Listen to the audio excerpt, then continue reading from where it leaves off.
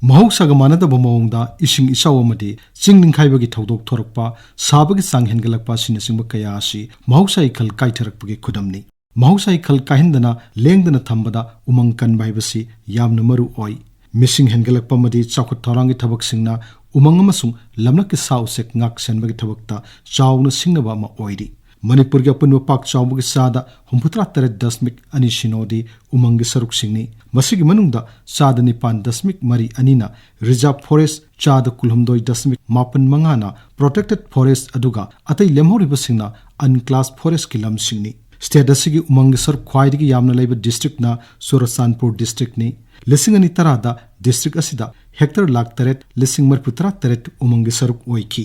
ukrulna hector lakh ohum lising marpu humdoi aduga Tamenglongna hector lakh ohum lising humputaruk umangi saruk ni haina record tawri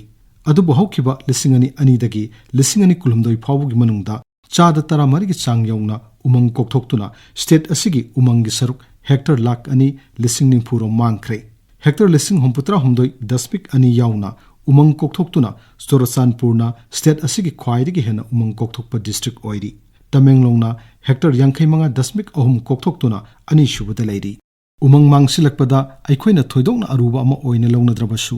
umang kananaba thawai phawbu thakiba mioi kaya su leiri makhoina kathokiba dubu ikai khumnaba utuna September 13 asi Umanggidamak thawai katkhraba singgi numit National Forest Martyrs Day haina leibak sinba thungna thorom pangthoknari thorom asi Rajasthan gi Kherjari haiba apikpa khungang amaga mari leinei Haukiba lising masatret kuntragi September 13 da Jodhpur dagi kilometer 10 Nepalom chatlaga leiba khungang asida Bishnoi Kanuk ki nupi singna thawai ga u pambi singa onaki matamadugi Marwar gi ningthau Abe Singh Rathorna anubu konung sabagi u yananaba mioi kaya siphai singa loinana khul aduda tharakki makhoibo Amrita Devi Kaubi Bishnoi nupi amana lusingduna akan mamongda athingba piki u ama kangani hairagadi mahaki thawai tharabasu thagani haiduna u amada konchinduna laiki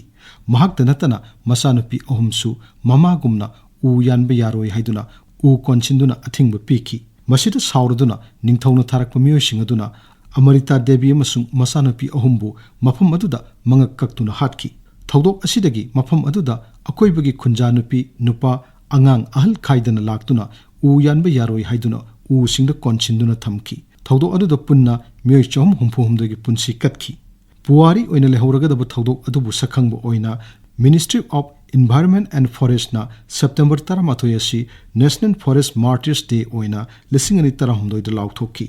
loinana Bishnoi Kanglukpu leibak asigi ahanba environmentalist sinmi haina sakhangki Bishnoi singna umang amasung sa usek kanbaibasi makhoigi tawdraba yadraba thawdangni khanna thawaiga u pamisinga onakibani makhoigi mityengdadi pambi natraga sa usek haibasi miyoibugumna thawai panba jibasingni aduna makhoibu soiduna kanbigadabani haibasini masina umang amasung miyoiba anigi marakta afaba mari thamduna tung koina punna hingminaba ngamgani haibagi thajaba makhoida laiki masi ngasi akhang ahi singna sustainability goal hainariba asini Khezari gi thawdok asina ithil piduna thawdok asigi matung sahi chani kunthra leiraga Himalaya gi Tehari Garhwal da lising masmapun humputra hundoi da Chipko Andalon lising masmapun marphunithoi da Bihar da Jungle Bachao Andalon lising masmapun marphu hundoi da Karnataka gi Western Ghat ki mafam sing da Apiko Salubali amadi atai mafam kaya da asiguma miyam gi khongjang sing changsinaki u konchinduna u yalhandabagi thawung asi leibak asidata natana Switzerland Japan Malaysia Philippines Indonesia made Thailand yongna sandokhi adubu asiguma ithilasi state asigi miyamdadi mami tadri umang kanbagi kanaba karino haibasi aikhoigi miyamda khangbagi amadi khanghanbagi sang watna uri pamlo unaba madi popi thanaba paksana lamai thaduna umang kokthokpada chawnu mateng pangli haukiba sahi ge September maridagi sahi asigi September ani fawbuda lamai chakpagi thawdok samnga ani laiki masi lisingani tarani thoidagi ngasi fawbuda khwaidagi yamdaba changni khwaidagi yamana lisingani taramarida lamai chakpagi thawdok lising machani humputare thoki haukiba lisingani kunmathoigi September 3 tagi sahi asigi September ani fawbuda Manipurda